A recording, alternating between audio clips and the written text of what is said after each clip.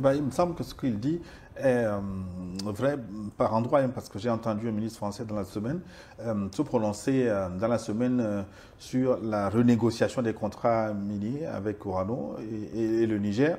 Le ministre a reconnu qu'un audit est nécessaire et que les revendications du gouvernement nigérien sont légitimes. Pourquoi il a besoin de mettre 2 ou 3 ans avant de savoir que c'est légitime, alors que tout ce temps, ils l'ont passé à vouloir faire des coups d'État contre Kiani? Pourquoi depuis le départ, ils n'ont pas vu que acheter 1 kg d'uranium à 80 centimes d'euros au Niger et on l'achète à 200 € ailleurs? Pourquoi il n'a pas compris? Est-ce qu'on avait besoin d'aller à Polytechnique, à Normal Sup, à l'ENA pour expliquer aux dirigeants français que ce n'est pas humain? C'est simplement pas humain. Ce n'est pas une question de ils ont raison ou non. Ce n'est pas humain. Ils nous traitent en dehors de toute humanité. Ce n'est pas humain. Ils vont renégocier les contrats. Mais Gilles, depuis que nous parlons dans ces émissions, qu'est-ce qu'on a dit? On dit, mais la France n'a qu'à changer d'attitude et faire les affaires avec tous les pays. Mais comme son premier point fort, c'est l'arrogance. Parce que dans sa tête, vous n'êtes que des colonisés. Vous n'êtes que des colonisés, sinon vous n'êtes que des esclaves. Et il n'est pas question de négocier avec un noir des prix justes pour ses produits. C'est ce qu'ils ont démontré au Niger avec l'uranium. Dans tous nos pays, c'est le même scénario. On vous prend tout pratiquement cadeau. Il faut continuer d'accuser les autres. Parce que quand le Niger a tapé du poing sur la table, les autres ont été obligés de s'aligner. Ça veut dire que dans une certaine mesure, les Africains n'ont à s'en prendre qu'à eux-mêmes. Oui. Va demander à Bokassa comment il a perdu le pouvoir. Va demander à Gbagbo comment il a perdu le pouvoir. Je donne que ces 2 exemples. Mais il faut quand même, excuse-moi le terme, avoir des couilles en acier comme nos frères du Sahel pour le faire. Et depuis qu'ils ont fait ça, regarde les menaces sous lesquelles ils vivent. En plein Ramadan, on envoie des gens massacrer les gens. Tu crois que ces massacreurs-là, mais ils sont envoyés, ils sont encouragés. Il faut semer le désordre, il faut désorienter les populations. Donc ce n'est pas tout le monde qui a le courage de dire non à ces pillages, à ces vols. Mais je vous dis, je vous raconte toujours l'histoire de Haïti. Quand les Haïtiens, les Toussaint Louverture, Dessalines, ont infligé une honteuse défaite militaire à Napoléon, mais qu'est-ce qu'ils ont fait? On a dit à Haïti de payer ce que les négriers, c'est-à-dire que les propriétaires d'esclaves, ont perdu. Parce qu'ils ont pris leur indépendance. Mais c'est le même schéma chez nous. Pourquoi on n'envoie pas nos jeunes étudier un peu l'histoire de Haïti pour savoir ce que les attend chez eux? Alors, si les pays du Sahel veulent s'en sortir, si ces pays développés étaient conscients, on n'avait pas besoin d'attendre 2 ans pour qu'un ministre dise « Ah, ils ont raison ». Comment ils ont raison? Ils n'ont pas que raison. Vous êtes des criminels. Vous avez commis des crimes contre ces pays, ces peuples, depuis plus de 100 ans. Mais nous avons toujours dit, la France, change ton discours. Personne n'est contre les Français. Personne. Je ne connais personne, ni au Togo, ni dans le Sahel, qui est contre les Français. Mais l'arrogance, le mépris de l'autre, le désir d'exploiter, d'escroquer, de piller, d'appauvrir, pour avoir l'honneur de proclamer les pays les plus pauvres. Comment vous n'avez pas honte de proclamer les pays les plus pauvres des pays que vous régentez depuis plus de 100 ans? Pourquoi c'est vos pays qui sont les plus pauvres? Où sont les pays anglophones, lusophones? Ils sont où? Et vous, vous êtes les champions des pays les plus pauvres. Donc, laisse tomber ce ministre qui veut changer de discours, mais il le fait maladroitement. Maladroitement. Ils n'ont qu'à arrêter leurs menaces.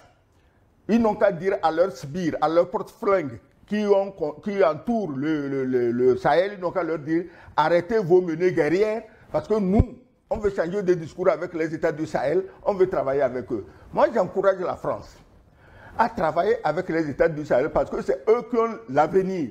Ceux sur qui ils misent dans la sous-région, là, ils n'ont aucun avenir. Ils n'iront nulle part. Je crois qu'en France, il y a quand même des gens qui font des analyses et qui voient ce qui arrive. Moi, je ne sais pas comment je peux miser sur un président de 90 ans pour laisser un président de 34 ans. C'est une question de bon sens. Didier Lou, là, Les gens sont allés mourir par milliers pendant la première et deuxième guerre mondiale. Ils ont ramené quelle prise de guerre? Ils ont pris quoi à ces gens pour ramener chez eux? Mais tu m'as aidé, j'ai gagné la guerre. Mais je ne t'ai rien pris. C'est pas normal.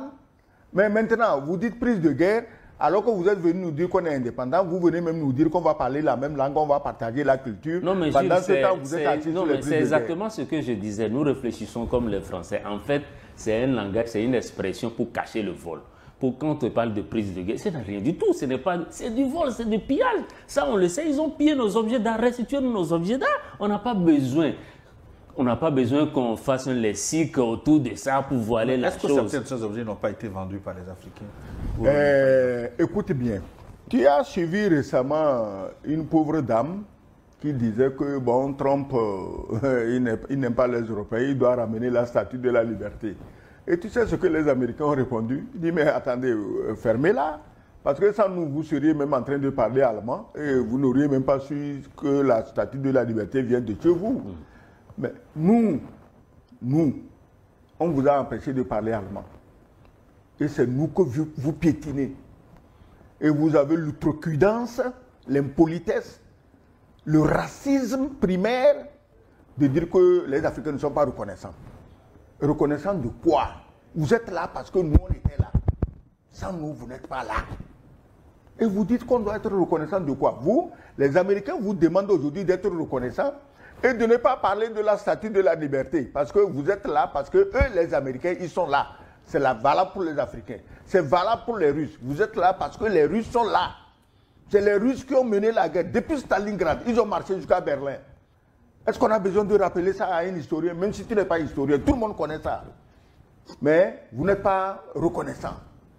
Vous vilipendez les gens qui vous ont empêché d'être pris par les Allemands. Tu sais, soit dit entre parenthèses, moi, tu sais, quand je regarde ce qui se passe aujourd'hui en Europe, Gilles, je vais te dire que je vais écrire ça quelque part. La prochaine guerre qu'il y aura en Europe, ce n'est pas contre Poutine. Il y a des pays européens eux-mêmes qui veulent prendre des revanches les uns sur les autres. Je te parle de ce que je sais. Et je te garantis que personne n'ira aider la France. Personne. Il y a des pays européens là-bas qui veulent prendre des revanches sur la France. La France le sait. Et personne n'ira les aider. Ils comprendront. Ce n'est pas trop tard de parler allemand. L'Europe fait quoi? Elle s'organise. Se réorganise. Sur le plan de la défense pour venir en aide à l'Ukraine. Mais écoutez, l'Ukraine, le temps qu'ils finissent de fabriquer autant d'obus que nécessaire pour attaquer la Russie, l'Ukraine a déjà disparu des cartes.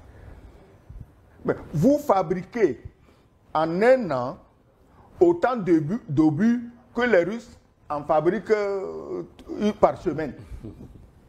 Et vous dites que vous allez les attaquer. Mais pour ça, il n'y a pas de problème. Hein. Parce que à partir du moment où la France veut distribuer les bombes nucléaires à tous les voisins, mais la bombe nucléaire, qu'elle parte de l'Allemagne, de la France, de la Tchécoslovaquie, de l'Ukraine ou même de la Pologne, c'est la bombe nucléaire. Elle va frapper la Russie. Mais les pays qui veulent recevoir les bombes nucléaires françaises, est-ce qu'ils imaginent, si une bombe part de chez eux, ce que leur pays va devenir? Mais je ne sais pas, il y a une maladie là-bas hein, en Europe. Hein, les gens refusent de réfléchir. Hein. Et quand tu réfléchis, on dit que tu es pro-Poutine. Quand Trump réfléchit, on dit qu'il est pour Poutine. Donc on ne peut pas dire quelque chose qui relève du bon sens quand on n'est pas pour Poutine. Mais si c'est vous aujourd'hui qui faites la publicité de Poutine, de son bon sens, de ses réflexions, mais nous on ne peut rien, nous on vous regarde, c'est pas nous. Moi je ne suis pas un agent de Poutine. Je ne connais pas Poutine, je ne connais pas la Russie, je ne sais même pas dire bonjour en russe. Pourtant, je sais dire bonjour en français, en anglais et en allemand. Donc, je n'ai aucun intérêt à promouvoir Poutine contre vous. Mais, quand vous-même, vous vous chargez de le promouvoir, mais on vous regarde, tu distribues 300 bombes à 27 pays. Et contre quelqu'un qui a 5900 bombes. Donc tu vois, il y a quelque chose qui ne va pas là-bas. Ils se réorganisent pour faire quoi?